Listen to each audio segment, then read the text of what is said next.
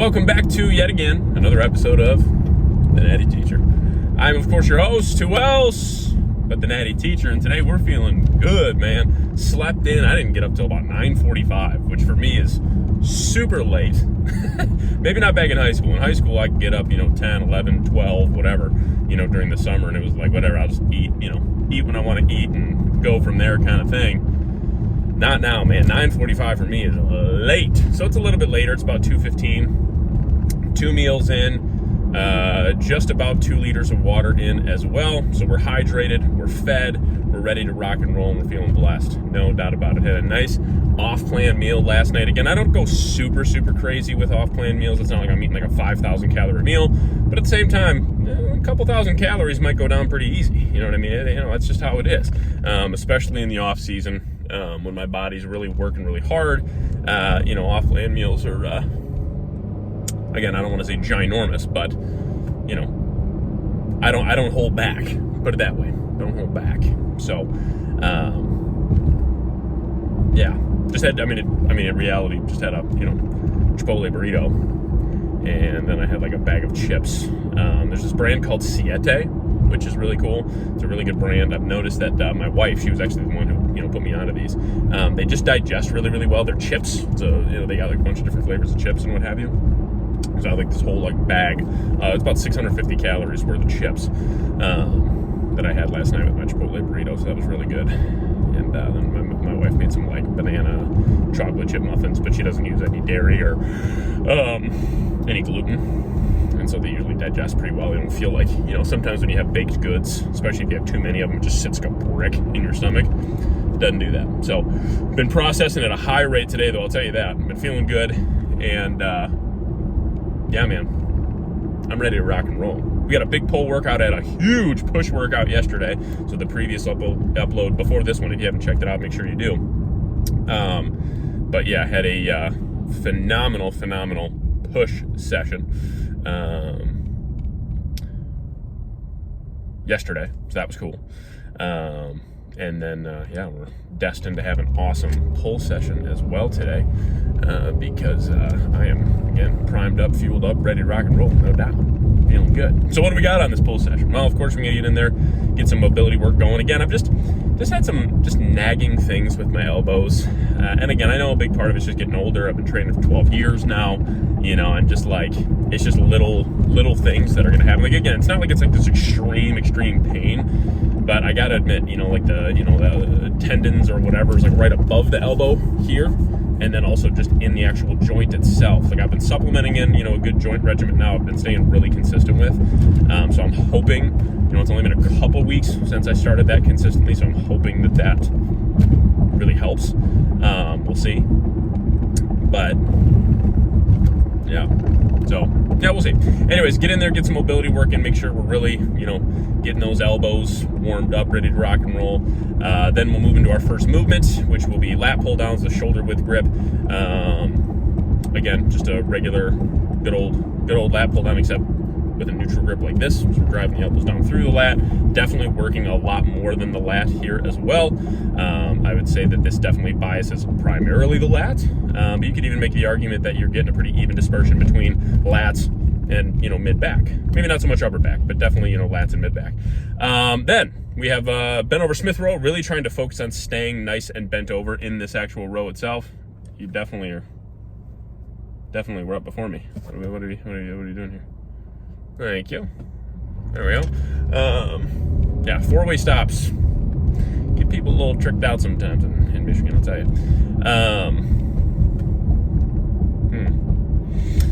Anyways, so yeah, really trying to stay bent over. Went pretty heavy on it last time, so I'm hoping we can do that again. I didn't hit a ton of reps. I think I ended up, my top set was like 3 plates for 7 or 8 reps, something like that. I'll have to look back. But I'd really like to build up actual bent over rows to where we're hitting 3 plates for 8 to 10 really good reps before we add any more weight to that. Kind of had to reset a little bit because I just wasn't bent over enough and was really biasing upper back and traps more than anything in my rowing, which isn't bad. It's just I really wanted to make sure that I was hitting at least more lats than I was compared to what I had going on. So anyways, yeah. So There we go. Got like 3 cars ahead of me here.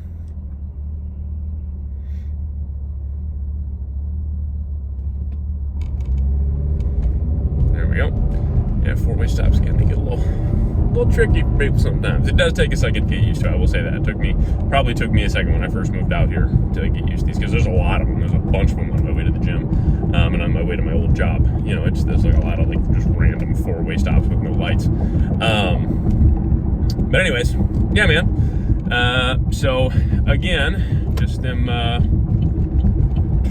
excited for this pole workout. Excited to get in there and crush it and go from there. No doubt about it. It's going to be an awesome session. It's going to be sick. No doubt. No doubt. It's going to be awesome. But yeah, really making sure we get some good mobility work in. Really make sure we get nice and warmed up. Really want to make sure these elbows are ready to rock and roll and all that. Because again, it is, you know, not a huge pain. Just certain movements are kind of triggering my elbows a little bit, to where I'm just putting a lot of tension on them and just kind of, I don't know, I think I need to evaluate some of my training again too, because I have a lot of movements, like like a jam press and dips and all this kind of stuff, you know, some overhead work, you know, and I am putting a lot of load on the elbows, let's just be honest, and especially like I'm training heavy too, like right now, like even my sets of like 10 to 12 are, you know, sets in the past that would have been 6 to 8, you know what I mean? And so it's one of those things where it's like, okay, like that's fine, like we've gotten stronger, that's awesome, like that's sweet, but with getting stronger, you can't help but to have more wear and tear on your joints. Like, I mean, it's just at least a little bit, you know what I mean? It's just how it is. So I do need to remediate that. Anyways, after Smith row, so we got shoulder width lat pull downs, Smith machine rows, chest supported neutral grip row, very much so tailored towards the upper back for sure. Just, I mean, if you watch where like how I'm pulling, like I'm pulling it straight back and I'm driving the elbows through the lat, yes, but if you actually watch the muscles that are firing the most, you'll absolutely see more of that mid upper back, even through my sweatshirt. Maybe I'll try to remember to point that out in my voiceover, but you'd think it'd be a lat movement based on like elbow positioning, but not the case. It is very much so more of like an upper back trap type row for thickness up in that portion of the back. After that, we have that single arm iliac pull down. I love that for the lower lat. It's very simple, guys. You're just kind of twisting into it a little bit, keeping that elbow slightly out in front of the body, keeping that hand in a neutral position, not like a hammer grip, but, you know, just slightly, supinated towards yourself, if it's like, you know, pointing towards yourself. And then just driving the elbow down through the lower lat. So again, the load doesn't need to be anything crazy. We're not yanking and cranking. It's just very much so. That's why I put it a little bit later on in my session too. And so it's like I'm already pretty pre-exhausted, so I'm not worried about my ego taking over in any way, shape, or form. So yeah, just driving that elbow through the lat, going from there. Then we have our single arm cable rear delt flies. Really trying to master those for sure. Has become kind of my go-to rear delt movement. And then we have biceps, which today will be in the form of bilateral dumbbell hammer curls, so not unilateral. So just kind of, you know, slightly pointing the hands towards the midpoint of the body a little bit, not a lot, just a little bit. And then after that, we'll have why am I blanking here? I'm thinking some cable curls and trying to be a little bit easier on the elbows here. So we'll see. Anyways, I'm gonna get in there, crush it. I'll catch you for the top set of my lat pull downs coming at you right about now. All right, to get us started, we got that shoulder width pull down. Now, in my next training block, I'm actually currently about to enter into a deload or devolume week right now. So my training for this week will stay the same as because I trained hard for 5 weeks. This is my 6th week. That's usually how I do it. Sometimes I'll go 6 weeks, but I kind of wanted to catch any kind of like accumulating little, you know, tweaks or things with my joints, like with my knees and stuff like that. Wanted to catch it quick. You know, back down the volume this week, really only work with like my back offsets and go from there. But you will see this one will be a regular straight bar pull down after this, with, you know, my hands facing towards, or like my palms facing away from the body. So like a regular straight bar lat pull down in my next training block. But I really have enjoyed this one for the past 5 weeks. And again, every once in a while, I'm really trying to hit the same muscle groups for the most part. I just think I can dig into my lats a little more, tucking those elbows a little bit and using a straighter bar. So bye-bye shoulder width grip, but thank you for treating me well for the past, you know, little while. Then we have some bent over Smith rows. This is probably the worst camera angle I've ever chosen. I thought it was going to look cool to like mix it up and kind of put it in, you know, the equipment and all that. Looks absolutely terrible, but the set was good. I think it's kind of hard to tell like where I'm actually at bent over, but I promise you I am bent over more than it looks like you're on camera. You can't even really see where my body is. I don't bend over to like 90 degrees. If you want to do that, that's fine. I know I'm getting some like mid upper back as well as lats in there, but regardless. Two working sets there as well. Then we have a chest supported neutral grip row. Really like the pace on this one. Nice tempo, good squeeze in the back. We're not worrying about driving the elbows way behind the body. I just really want to drive and I think of it as pull those elbows to the side of the body. Okay, that's really kind of the cue for me, is I'm really trying to pull through the elbows to the side of the body. I'm not trying to pull with my hands necessarily. I'm trying to pull with my back. You gotta have a strong enough grip, but you get the point. Then we went into, again, probably one of my newer favorite movements. Absolutely will stay for this next training block as well. I don't see this one leaving any sort of training block for me here for a while, and that is this single arm iliac lat pull down. So it is very specific if you're unfamiliar just with anatomy. And again, I was actually unfamiliar with this portion of the lat up until relatively recently here. It is that lower portion of the lat muscle. That is somewhere I really want to bring up. And I can tell you that this absolutely will do that for me as long as I continue to keep this in. This is very simple. Really taking a D handle or any sort of handle and just driving the elbow through the lower portion of the lat. It's a pretty simple concept here. So I really enjoy it. I think it's a lot of fun. It looks like I must have, in this video, I thought I edited out my right arm. Maybe I did not. Weird, but I'm not going to cut the voiceover just to edit that out. We'll just watch both sides. So you can kind of see how I set it up. Oh, never mind. It's about to cut. So there you go.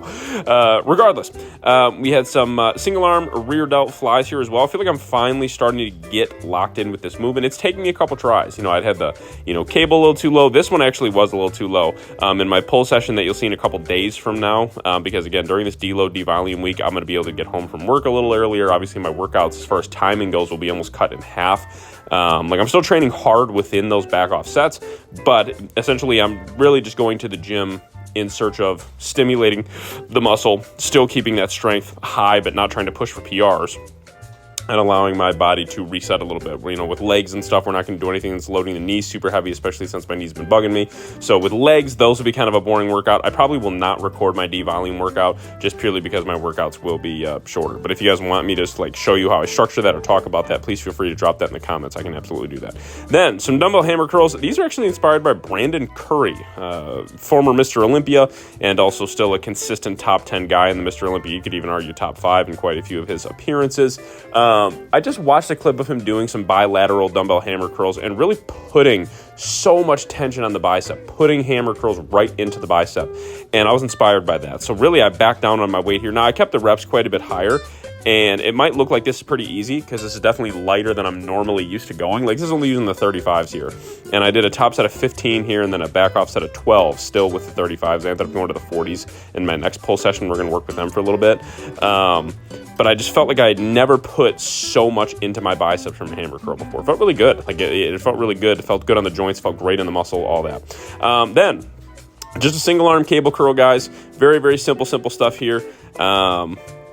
Yeah, essentially we just have the elbow, I don't want to say glued to the side of the body, but we definitely have it to where it is, I would say, more locked in than fluid on the side of the body, and we're just curling the weight up, guys. You can do this with a dumbbell. Think of like an alternating, dumbbell curl, but without, twisting the dumbbell up. It's just essentially just a, palm facing forward curl. Very, very simple stuff. Put a lot of blood into the bicep with this and felt really good. We did do some weighted cable crunches after this one as well.